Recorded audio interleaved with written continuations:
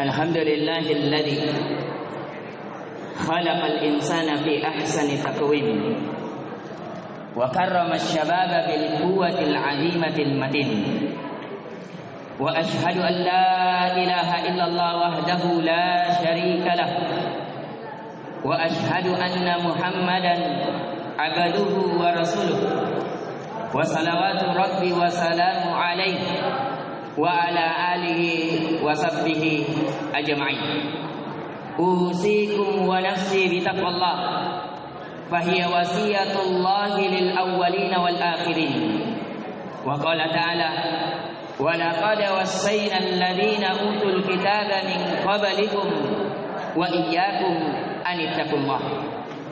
Ma'asyiral muslimin rahimani wa rahimakumullah. Tema kita di Jumat kali ini adalah pemuda soleh harapan umat. Pemuda ayyuhal ikhwa al-ahibba, ya syabab al-muslimin, wahai saudaraku yang tercinta sekalian, wahai pemuda kaum muslimin. Pemuda di antara nikmat yang tidak setiap orang Allah berikan kesempatan untuk menjadi pemuda. Pemuda di antara pokok harta seseorang di dalam kehidupannya, di dunia maupun di akhirat. Maka dari itu telah sahih dari hadis Abu Hurairah radhiyallahu anhu yang diriwayatkan oleh Imam Bukhari di dalam kitab sahihnya dan Imam Muslim, kata Nabi sallallahu alaihi wasallam, iktanin khamsan qabla khamsin, manfaatkan 5 perkara sebelum datang 5 perkara. Yang paling pertama Nabi kita sallallahu alaihi wasallam ingatkan agar kita memanfaatkannya, syababaka qabla haramik, yaitu masa mudamu, manfaatkan sebelum datang masa tuamu. Wasihatika qabla sakamik, masa sehatmu sebelum datang masa sakitmu. Waginaka qabla fakrik, masa kayamu, masa lapangmu sebelum datang masa miskinmu. Wa faragika qabla syughlik, masa luang di mana kita bisa berkarya, di mana kita memiliki waktu untuk memberikan manfaat kepada diri kita, keluarga dan umat sebelum datang masa sulitmu, kata Nabi sallallahu alaihi wasallam. Wa hayatak qabla mautik, di masa hidupmu sebelum datang kematianmu. Walamu anna al-ulama al-imma al-arba'ah awsu bi'is sabab wal hifzi ala awqatikum.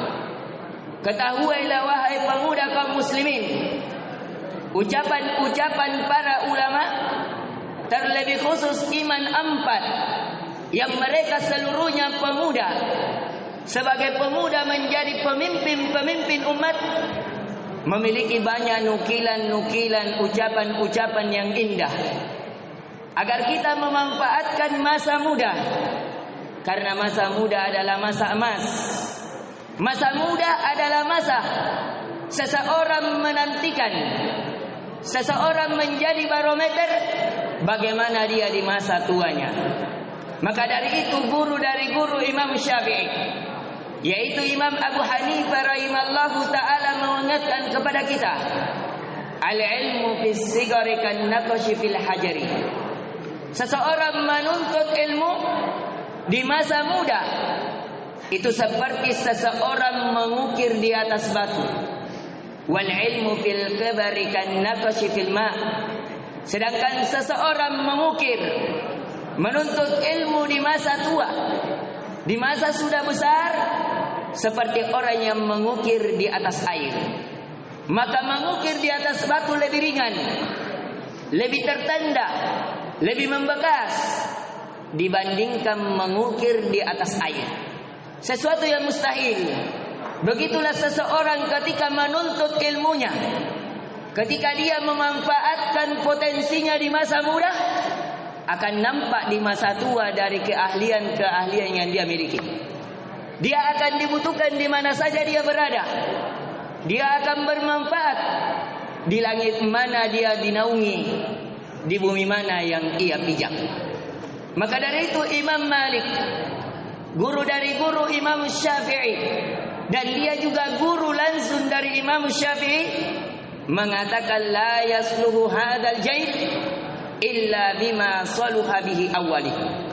Tidak akan mungkin baik generasi ini tidak akan baik kecuali apa yang menjadikan generasi awal itu baik. Kalau kita melihat generasi awal ketika Islam datang, kita melihat yang membantu Nabi sallallahu alaihi wasallam di masa sulit bukan orang-orang tua. Orang-orang tua tidak ingin menerima dakwah Nabi sallallahu alaihi wasallam. Yang mengikuti Nabi sallallahu alaihi wasallam Ali bin Abi Thalib. Di masa itu Ali bin Abi Thalib masih umur sekitar 7, 9 atau 12 tahun. Yang mengikuti Nabi sallallahu alaihi wasallam pada saat itu Abu Bakar hanya 1 orang tua. Yang selainnya adalah pemuda-pemuda dari kalangan kaum muslimin. Maka dari itu Imam Syafi'i rahimallahu ta'ala mengatakan law lam yakuni syababu illa al-iftah lakana kafiyan. Seandainya pemuda itu tidak memiliki kecuali satu sifat, yaitu sifat menjaga dirinya dari sesuatu yang diharamkan Allah, menjaga pandangannya dari sesuatu yang diharamkan oleh Allah, menjaga kemaluannya dari yang diharamkan oleh Allah, menjaga kehormatannya dari meminta selain kepada Allah. Kata Imam Syafi'i lakana kafiyan, maka itu sudah cukup. Tidakkah kita melihat bagaimana para pemuda yang dikisahkan oleh Al-Quran? Tidakkah kita teringat dari kisah Nabi Ibrahim alaihissalam ketika penduduk Babilonia semuanya kufur? Ada satu pemuda yang mampu menghancurkan patung-patung, yang kata para penyembah berhala tersebut, dia adalah fatan, seorang pemuda yudhkaru bihi Ibrahim, yang dikenal namanya Ibrahim. Tidakkah kita teringat kisah Nabi Yusuf alaihi salam, seorang pemuda menjadi bendahara yang paling ulung, yang dimana metode ekonominya, metode pembagian dari lumbung yang ia dapatkan, bagaimana cara mendapatkan dan bagaimana cara mengembangkan, itu diambil oleh ekonom Islam di hari ini. Itu berasal dari seorang pemuda yang dikenal Nabi Yusuf alaihi salam. Tidakkah kita teringat Nabi Yusuf alaihi salam ketika di masa mudanya digiurkan, ditawarkan oleh wanita tercantik di Mesir, tapi dia mengatakan inni akhafullah, sesungguhnya saya takut kepada Allah. Inilah yang dikatakan Imam Syafi'i, law lam yakuni syabab illa al-iqbal lakana kafiyan. Seandainya pemuda itu, kata Imam Syafi'i, tidak memiliki kecuali sifat iffah, sifat menjaga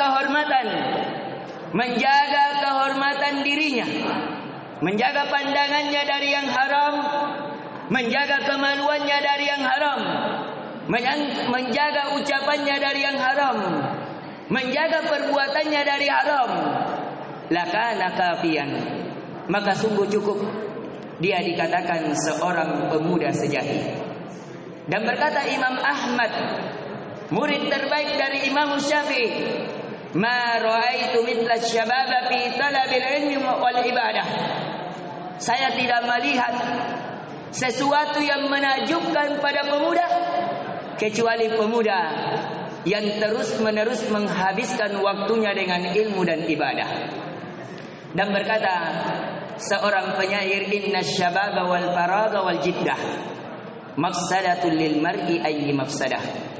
Sesungguhnya masa muda, sesungguhnya waktu luang dan kekayaan adalah kerusakan bagi manusia. Betapa besar kerusakan itu. Maka ya ma'asyaral muslimin rahimani wa rahimakumullah, dari beberapa lenteran-lenteran ucapan yang indah dari para imam, di sini menunjukkan bagaimana peran pemuda sangat penting dalam mewujudkan harapan umat, dalam mewujudkan kebahagiaan seorang hamba di dunia, alam barzah dan di akhirat. Dan pemuda yang diinginkan oleh ucapan para imam adalah pemuda yang menjaga kehormatannya, pemuda yang senantiasa di atas ilmu, pemuda yang senantiasa menyibukkan dirinya di atas ibadah kepada Allah Subhanahu wa taala.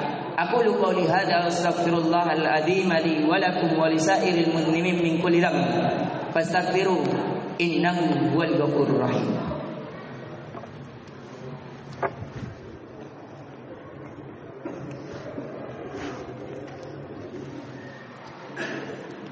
Alhamdulillahilladzi amara bi ibadatihi wa wa'ada syababa as-salih bil jannati wa ridwanihi wa ashhadu an la ilaha illallah wahdahu la syarika lah wa ashhadu anna muhammadan abduhu wa rasuluh.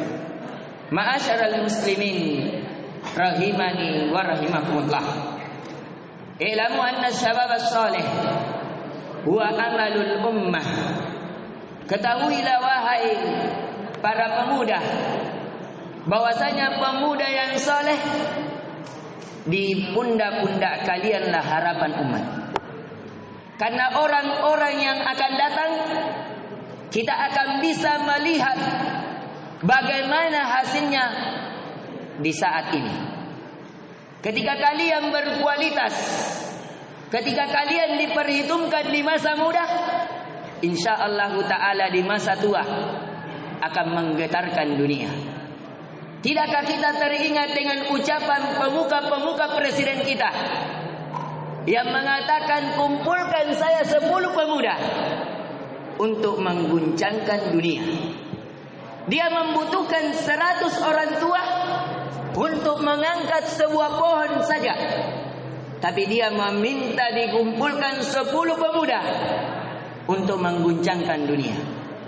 Dan kita melihat dari seluruh penjuru negeri tidak ada sesuatu yang berbekas perubahan yang besar kecuali ketika dipimpin oleh seorang pemuda.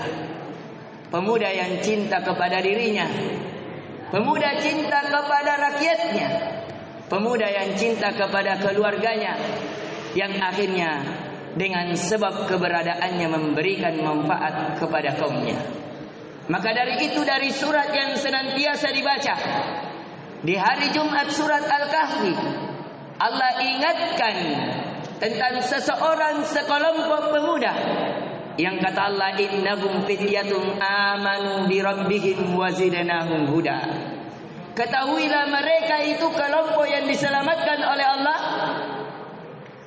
dari kelompok yang dimana mereka adalah seorang pemuda yang mereka beriman kepada Allah, dan kata Allah, kami tambahkan hidayah kepada mereka. Setelah mereka mendapatkan hidayah ke tauhid, mereka disuruh kufur, maka mereka meninggalkan kerajaan dan lari ke gua. Maka ditidurkanlah mereka 309 tahun. Setelah itu menjadilah mereka generasi yang harum namanya hingga hari ini. Dan tidakkah kita mengingat kembali yang di antara yang diberikan naungan yang tidak ada naungan kecuali naungan Allah di hari kiamat, yang kata Nabi sallallahu alaihi wasallam, sab'atun yadhilluhumullahu yawma la dhilla illa dhilluh, wa minhum wasyabun nasya'a fi ibadatillah. Ada 7 golongan yang diberikan naungan di hari kiamat ketika matahari hanya 1 mil. Ketika seseorang berdiri di hadapan Allah tidak ada penerjemah di antaranya. Ketika seseorang berdiri dalam keadaan telanjang kaki, tidak berpakaian, akan dihisab yauma yaqumur ruhu wal malaikatu saffa. Pada saat itu kita semuanya berbaris di hadapan Allah, mempertanggungjawabkan apa yang kita lakukan. Di antaranya ada orang yang keringat ditenggelamkan sampai mata kaki, ada yang sampai lututnya, ada yang sampai pundaknya, ada yang tenggelam. Tapi ada 7 golongan yang diberikan naungan yang tidak ada naungan Allah. Di antaranya kata Nabi sallallahu alaihi wasallam, wasyabun nasya'a fi ibadatillah. Di antaranya yang diberikan awan, diberikan naungan adalah seorang pemuda yang dimana dia tumbuh di atas ketaatan kepada Allah. Nas'alullah ayyajala wa iyyakum min haula'i syaba'al mubarikin. Allahumma ghafir lil mu'minina wal mu'minat wal muslimina wal muslimat al ahya'u minhum wal amwat. Allahumma asli syababal muslimin wahdihim ila siratikal mustaqim waj'alhum qurratu a'yun liwalidayhim wa anfa bihil umma ya arhamar rahimin. Ibadallah, innallaha ya'muru bil adli wal ihsan wa ita'i dzil qurba wa yanha 'anil fahsya'i wal munkari wal baghi ya'idukum la'allakum tadhakkarun. Fadhkurullaha al-'azim yadhkurukum washkuruhu 'ala ni'amihi yazidukum wa la dzikrullahi akbar wallahu ya'lamu ma tasna'un.